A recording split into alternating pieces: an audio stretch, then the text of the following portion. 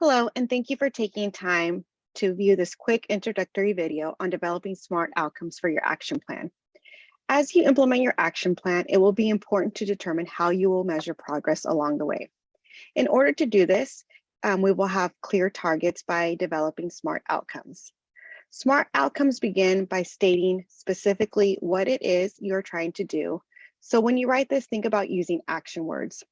Then you will look at how you'll make your outcome measurable. Here it'll be important to make sure that you're being specific with the target that you're aiming for, as well as the metric that you will be using.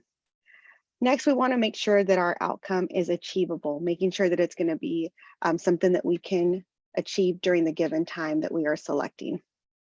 We also want to make sure that it is realistic and that it is something that we are able to improve that's within our scope of influence. And last of all, we want to make sure that it's time bound so that we can really gauge and monitor our progress along the way. So here is an example that we developed based on that PLC example that we worked on earlier in today's session. So what you're going to notice here is that you're actually looking at three separate outcomes. We have one outcome that is a short-term outcome, which is really centered around adults and looking and measuring for change and knowledge. We also have an intermediate outcome. This will come into place once we actually start implementing our new initiative.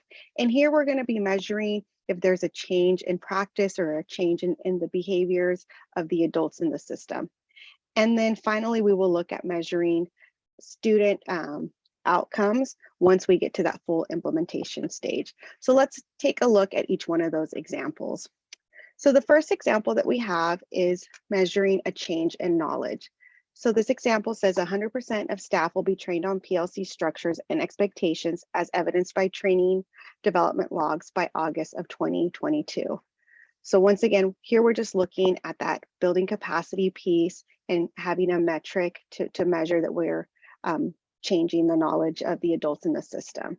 You can see that it's specific and also that we have not just a metric that we're going to use, but we also have a time bound.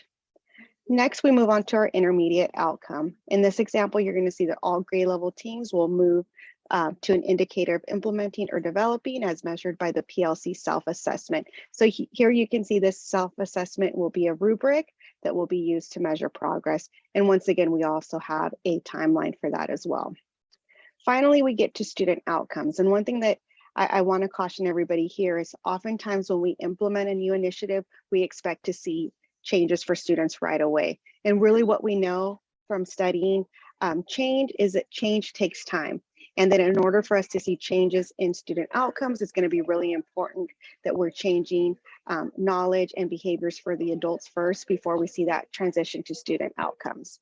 So the example we have here, 75% of students will increase ELA scores by a minimum of 5 points from the first semester benchmark to the second semester benchmark during the 23-24 school year. So you can see how these outcomes are really going to build upon each other and they're going to be staggered to really set us up for success. The other thing that you're going to notice here is a lot of this has already been determined by your preparation action plan. We've already talked about how we're going to build capacity. We've also looked at different ways that we're going to be collecting data along the way. And last, going back to our root cause, what it is that we're trying to change or improve in the lives of students as a result of implementing this initiative.